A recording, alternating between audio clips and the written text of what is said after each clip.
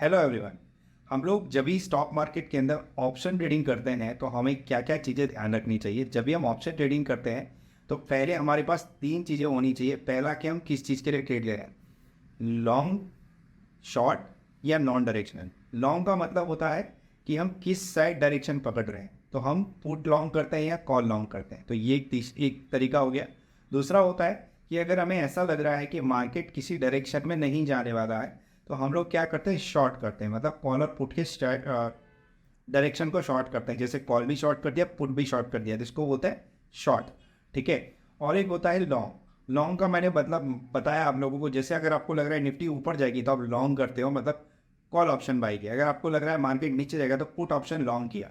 ठीक है। तो इसके डेटा आपको देखने आने चाहिए। ठीक है। अभी इसके बाद सबसे ज़्यादा जो पैटर्न्स है हमारे पास नॉन डायरेक्शनल ट्रेडिंग की है। नॉन डायरेक्शनल ट्रेडिंग का मतलब क्या होता है? नॉन डायरेक्शनल ट्रेडिंग का मतलब होता है कि जब आपको लग रहा है कि कोई भी एक दिशा में मार्केट नहीं जाने वाला है बड़े टाइम फ्रेम तक, तो आप दोनों के कॉल पुट शॉर्ट कर देते हो और टाइम का बेनिफिट लेते हो, जिसको कहते हैं थीटा। तो ये ऑप्शन ग्रीक्स के मैटर। तो थीटा बेनिफिट लेने के लिए हम कॉल और पुट दोनों शॉर्ट कर देते हैं, इसको कहते हैं शॉर्ट। ठीक है, शॉर्ट पोजीशन। अभी होता है लॉन्ग। लॉन्ग में मैंने बताया आप कॉल और पुट को आप लॉन्ग करते हो। अभी इसमें एक होता है लॉन्ग स्ट्रेटल और एक होता है शॉर्ट स्ट्रेटल। जब आपको लग रहा है कि किसी भी एक दिशा में बड़ी मूवमेंट आ सकती है, आपको ये भी समझना पड़ेगा कि मार्केट के अंदर जब आपको ट्रेडिंग करना है और आपको लॉस ज़्यादा नहीं करना है या तो आपको डायरेक्शन समझ में नहीं आ रहा है, तो आपको करना क्या चाहिए? आपको कॉल और पुट के पैर लॉन्ग कर देने चाहिए, मतलब लॉन्ग स्ट्रेडल।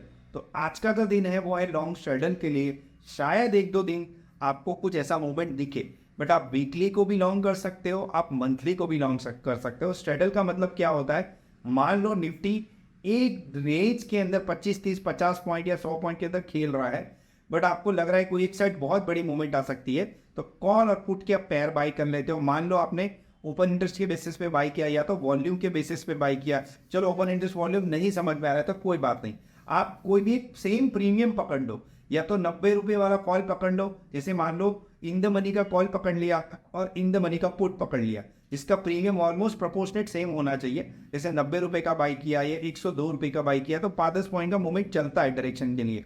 तो आप ये दोनों का प्रीमियम बाई करके एक वैल्यू डिसाइड कर लो कि मैंने कॉलर पुट बाई कर लिया है, और उसके बाद मैं साइड में वैल्यू गिन लेता हूँ। जैसे आपने कॉलर पुट के बैर बाई किया, उसकी वैल्यू हो रही है 9,000 रुपये की, एक एग्जाम्पल है। और किसी भी एक साइड बड़ी मूवमेंट आएगी ना, तो आपको ओवरऑल वैल्यू के ऊपर जो भी रिटर्न दिखेगा, जैसे मान लो 90 रुपये वाला कॉइन 200 रुपये हो गया बट वो वाला जीरो हो गया, तो आपने 180 रुपीज़ डिप्लॉय किए थे टोटल और आपको आज 20 रुपये मिल रहे हैं, तो आप नेट टू नेट प्रॉफिट में आ गए। ठीक है, तो ये आपकी तरीका हो गया बाई करने का।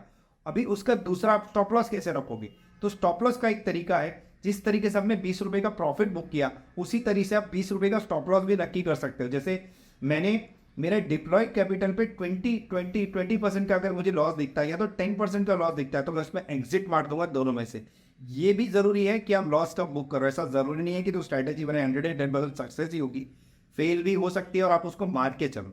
ठीक है, तो आपको लॉस बुक करना सीखना पड़ेगा। तो डिप्लॉयड कैपिटल के ऊपर आपको 20% लॉस, मतलब 1800 रुपये का स्टॉप लॉस आए तब आप उसको पोजीशन काट दो। ऐसा मान लो कि मार्केट अभी 2-3 दिन तक रेंज में रहेगा, तो यहाँ पे थीटा का नुकसान हो सकता है, जिसको कहते हैं थीटा। और थीटा का मतलब है टाइम डीके। टाइम डीके के हिसाब से प्रीमियम की वैल्यू डाउनग्रेड हो जाती है। अगर डायरेक्शन क्लियर नहीं मिलता है तो प्रीमियम डीके होता है। तो यहाँ पे आपको लॉस भी बुक करना जरूरी है। ठीक है, आई होप आपको ये इंसाइट अच्छे लगे होंगे। Thank you very much, bye bye.